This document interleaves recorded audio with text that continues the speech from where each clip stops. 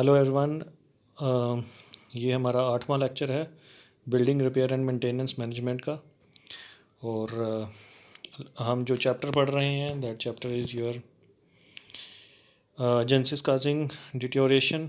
और last time हमने introduction पढ़ी थी, इसकी डेफिनेशन डिटोरेशन की क्या है, और फैक्टर्स काजिंग डिटोरेशन। और आज के इस लेक्चर में हम बाकी के फैक्टर्स पढ़ने जा रहे हैं। सेकंड लेक्चर से हम स्टार्ट करेंगे। तो हमारा दूसरा फैक्टर जो था that is chemical factors. Chemical factors क्या होते हैं, अब इसके बारे में डिस्कस करेंगे। तो केमिकल्स आप जानते हैं, केमिकल रिएक्शंस के बारे में आपको पता है। केमिकल फैक्टर्स क्या होंगे? अब यहाँ पे केमिकल फैक्टर क्या है, ये केमिकल रिएक्शन के ही रिलेटेड है। कुछ मटेरियल ऐसे होते हैं, आपको पता है, जो केमिकली एक्टिव होते हैं, और जैसे वो किसी इन्वामेंटल एजेंसी के कांटेक्ट में आते हैं तो वैसे ही वो केमिकल रिएक्शन उसमें होने लग पड़ते। तो chemical reaction take place due to the interaction of the certain materials with the surrounding environment. तो केमिकल रिएक्शन होती है कुछ मटेरियल की, reactions take place due to the interaction of certain material.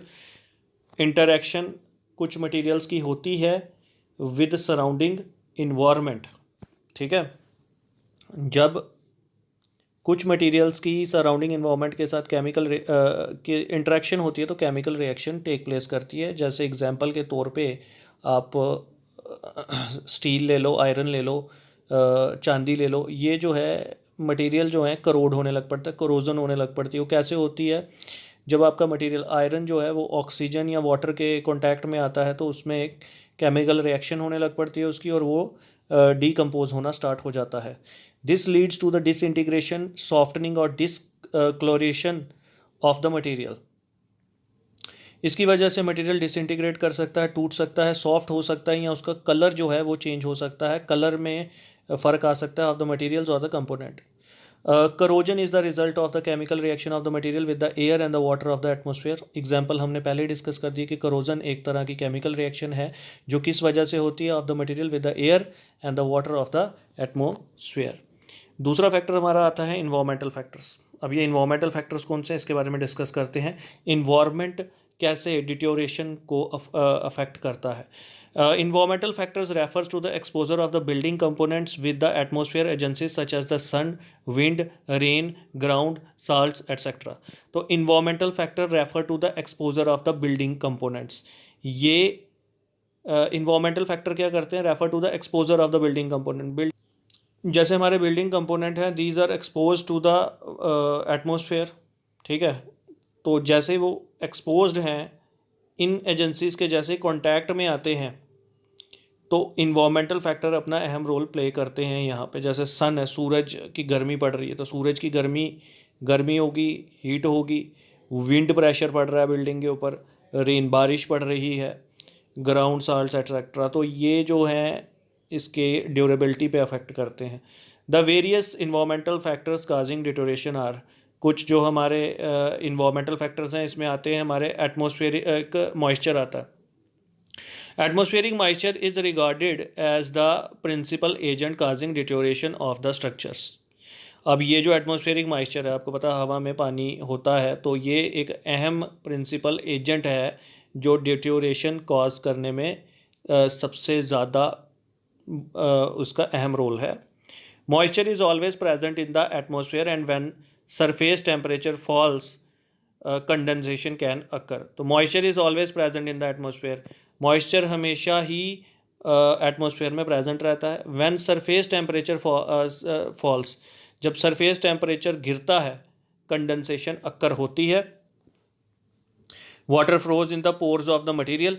Material के जो पोर्स होते हैं उसके अंदर जो पानी है वो जम जाता है। Can cause spalling of the surface, cracking और द डिसइंटीग्रेशन। तो अब एक छोटी सी बात यहाँ पे,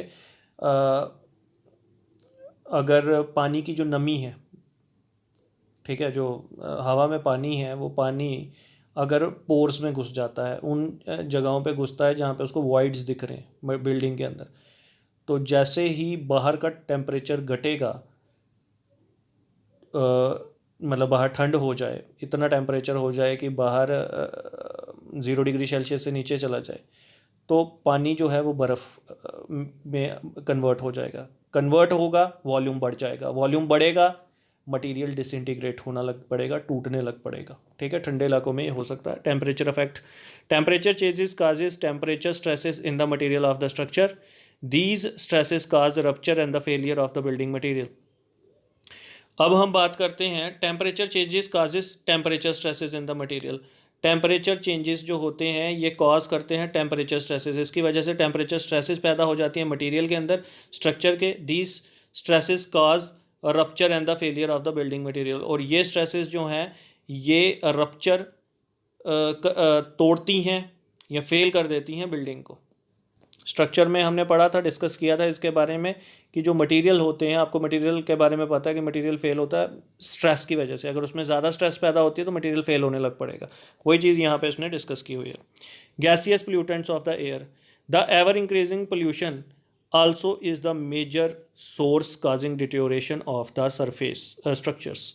जो ये कह रहा है एवर इंक्रीजिंग पोल्यूशन जो बढ़ रहा है उसकी वजह से भी हमारा जो डेटोरेशन है स्ट्रक्चर में ये देखी जाती है। SO2 is the most aggressive gaseous pollutant which cause corrosion of some metals and cause some stones in blister. SO2 जो है इसका बहुत अहम रोल है, बहुत अग्रेसिव गैस है, जैसे ही ये कॉन्टैक्ट में आती है किसी मेटल के तो ये उसको करोड करने लग पड़ती है। ठीक है, तो and spall. CO2 also forms a weak acidic acid capable of slowly eroding limestone. The extent of the carbonation in the concrete has marked influence on the corrosion rate of the reinforcement. Carbon dioxide का भी वही अहम role है, ये भी हमारा जो marble वगैरह जो है लाइमस्टोन इसको बहुत अफेक्ट करता है। सॉलिड कंटेमिनेशन की बात करते हैं। अब ये सॉलिड कंटेमिनेशन क्या होती है? The dirt from the atmosphere also has adverse affect on the building. जो डर्ट है, मिट्टी है, फ्रॉम द एटमोसफियर से also has the adverse affect, इसका भी बहुत बुरा प्रभाव पड़ता है on the building.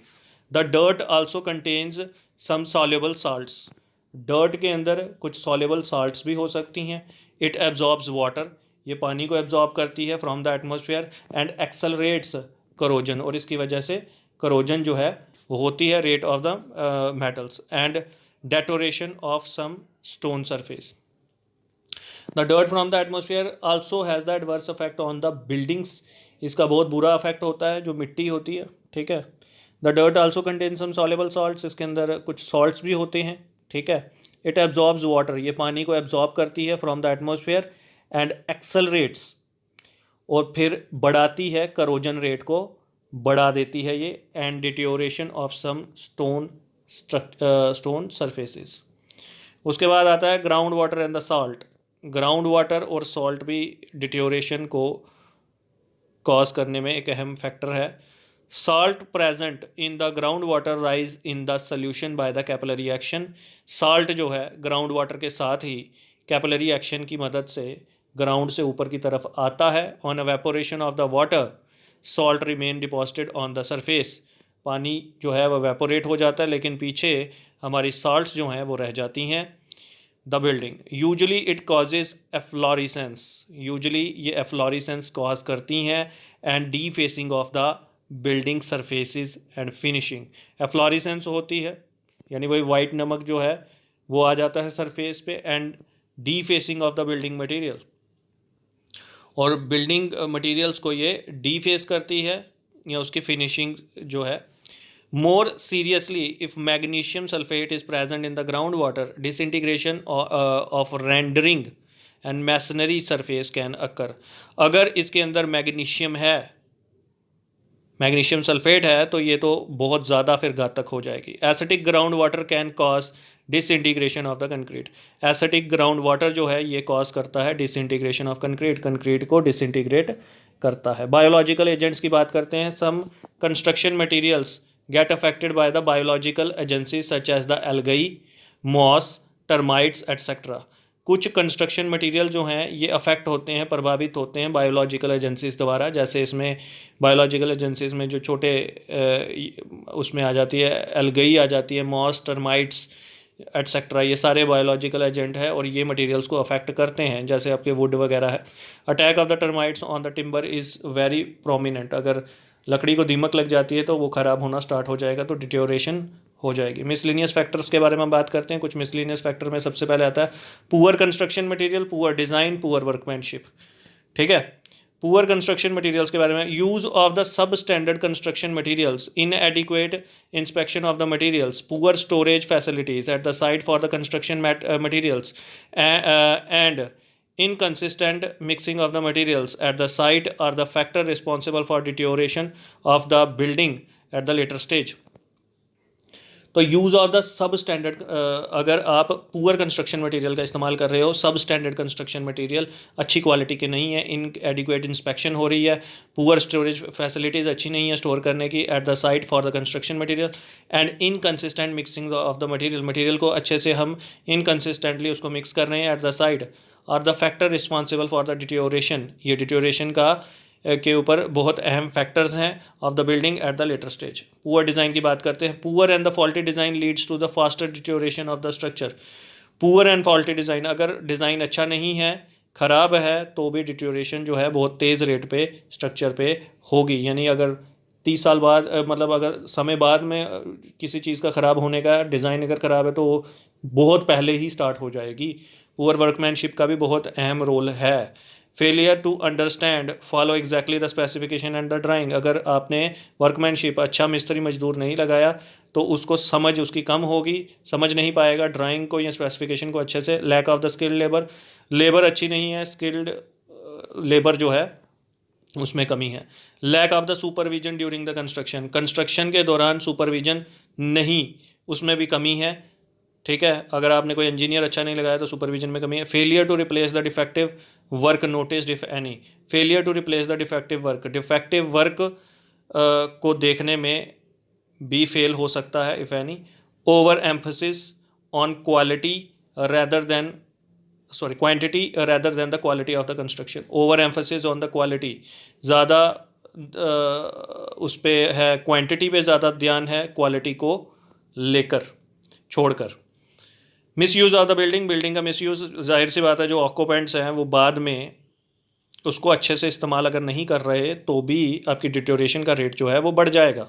It include the use of the building for which it has not been designed, blatant misuse of the building, its fittings, furnishing etc. may lead to the deterioration of the building, इसकी वजह से deterioration जो है वो occur होगी ही होगी।